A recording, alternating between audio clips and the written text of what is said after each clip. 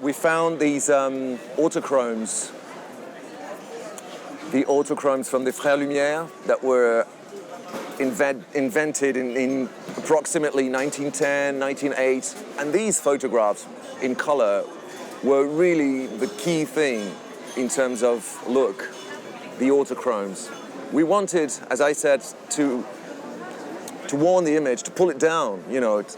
And we were looking for a way to make it poor as possible, that the blue would be just blue, not tons of blues, not tons of reds, and to really have something pretty basic in terms of chromatics, almost nearly like a Technicolor would do.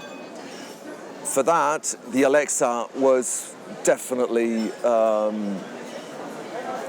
the camera, amongst others, that we tested different cameras, and adding a LUT in post gave us really this look we were really looking for.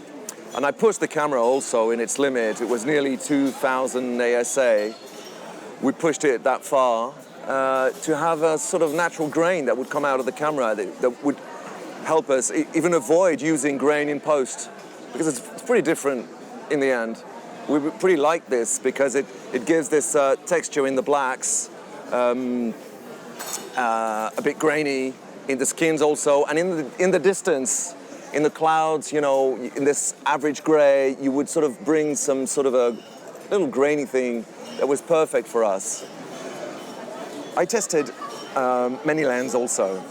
Obviously, I tried, in the first place, I tried old anamorphics, like the old Cooks and Technovisions, all the older ones I could find.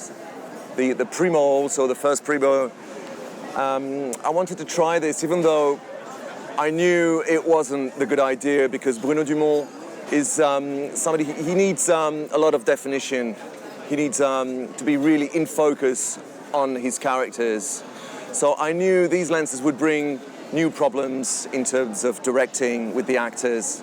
So even though we tried them as a test, I knew we'd go towards something much sharper than that. So it was more recent work, recent lenses that we were looking for. And the thing about the Master Anamorphic is that I used them at T2 immediately.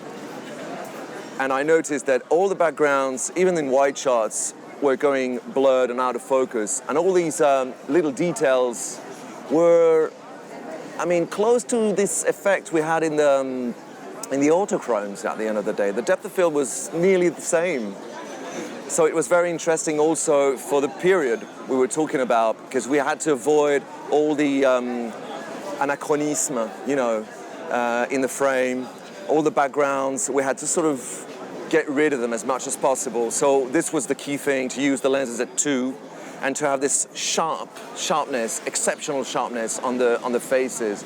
So I was really looking for a configuration that was pretty compact, and the combination of the Alexa and these lenses, the anamorphic, the Master Anamorphic, was perfect for that. Easy to change. We had actually 2 lenses for this film, the 40 and the 75. No, the 50 also. I use the 50 once in a while for this sort of medium shot, but most of the time it's the 40mm.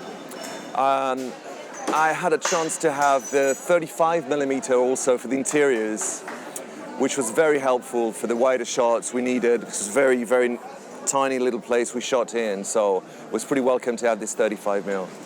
I needed also to, talking about wide angles and these landscapes, to bring some, to alter the image.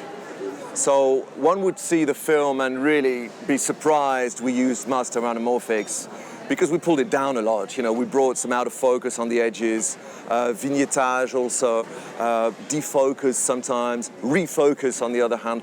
The point was to bring the audience in this